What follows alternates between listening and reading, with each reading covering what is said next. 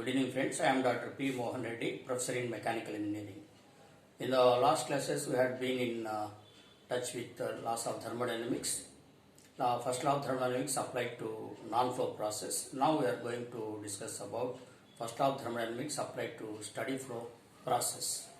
Now here we derived a steady flow energy equation. A steady flow process is that process in which the fluid properties will not change with time. For example, here this is a system, this is the control volume, this is the control surface, and here the properties internal energy, pressure, specific volume, velocity at inlet 1. These are constant and these properties do not change with respect to time. Similarly, there are properties U2, P2, Vs2 and velocity at inlet 2. Again, these properties do not change with time at outlet. They always remain constant at a particular instant of time. Now the first law applied to steady flow process is based on the law of conservation of energy, which states that energy neither be created nor destroyed. It can be transferred from one point to another point. Now here we can, based on this law of conservation of energy, we can write that total energy at inlet 1 is equal to total energy at outlet 2.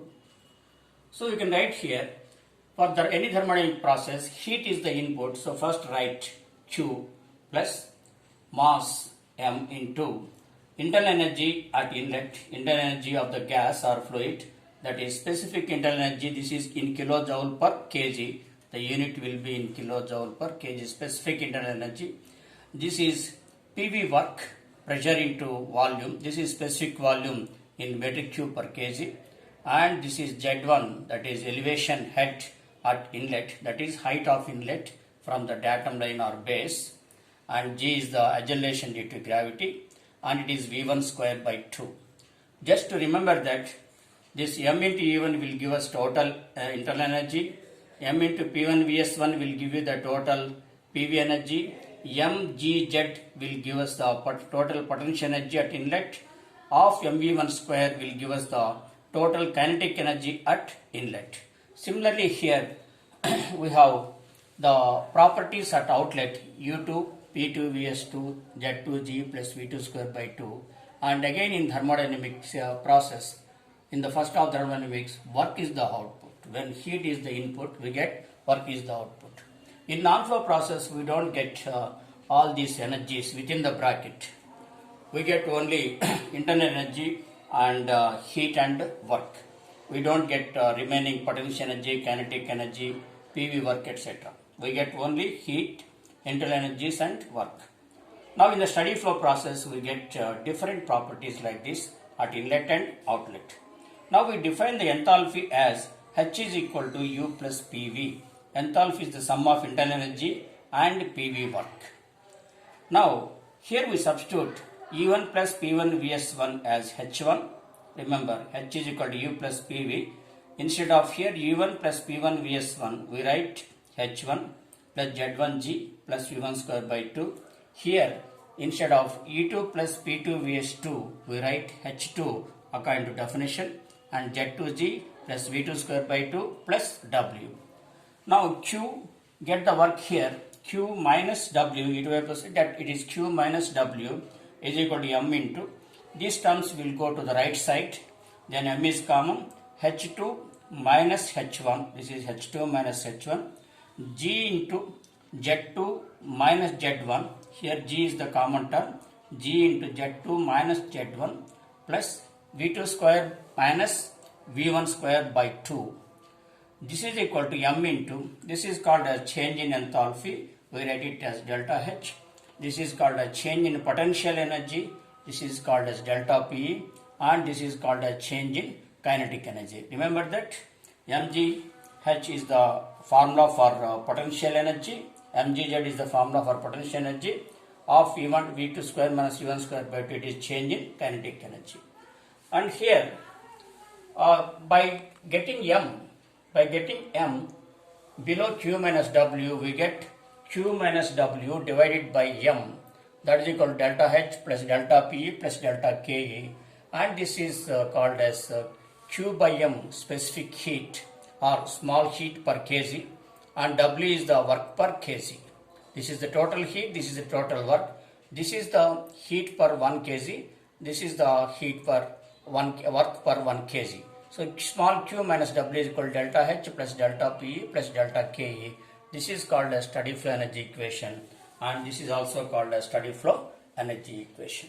Now we go to units, and here again remember that don't worry about the length of this equation. Simply for thermodynamics, remember that Q is the input, and for a fluid which is flowing, there will be internal energies, pressure, PV work, and because of heights, it will have a potential energy, and because of movement or kinetics, it will have kinetic energy.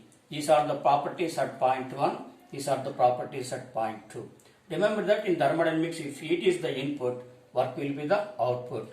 Now the remaining are simple mathematical calculations, and finally we are getting these values. Now come to the units. Because in the problem, while doing the problem, units are very important. Definitely we will be getting a big problem for 10 marks here. Now here this is enthalpy. Generally enthalpy will be m into H2 minus H1. Units will be m is in kg.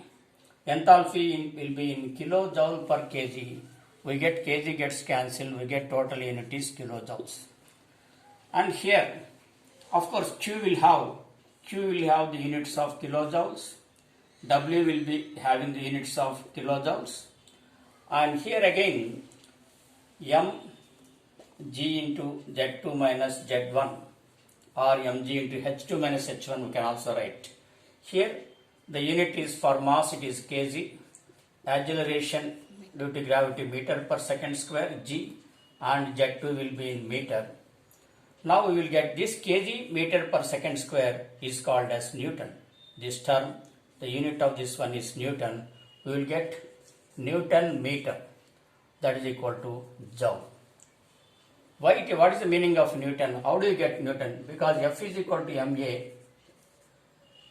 According to Newton's second law, F is in newtons, mass is in kgs, acceleration meter per second square. Therefore, 1 Newton is equal to 1 kg meter per second square. Therefore, I am writing here 1 kg meter per second square is equal to 1 Newton.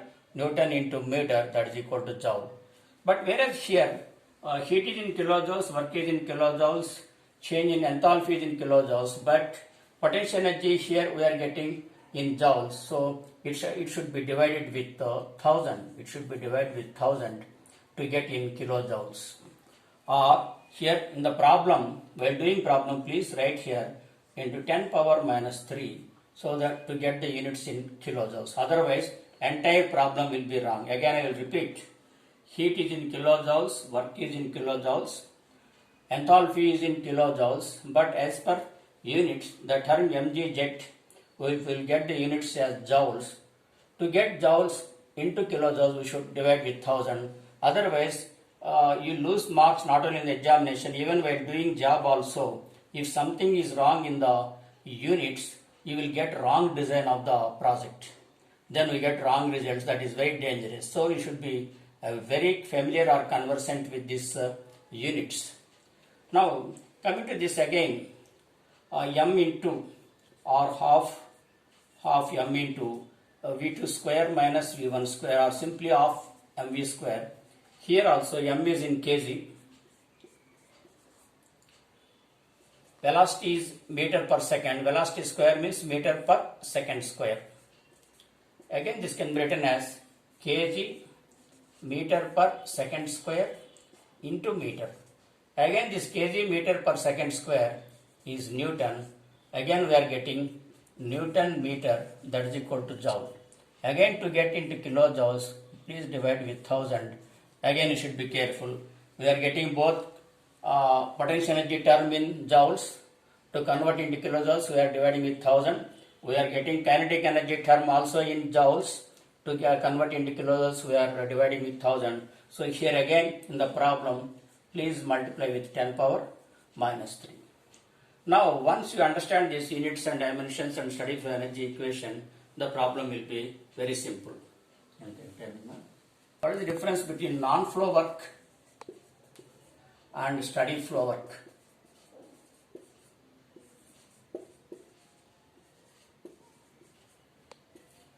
So in the non-flow work, remember that we can get the figure like this.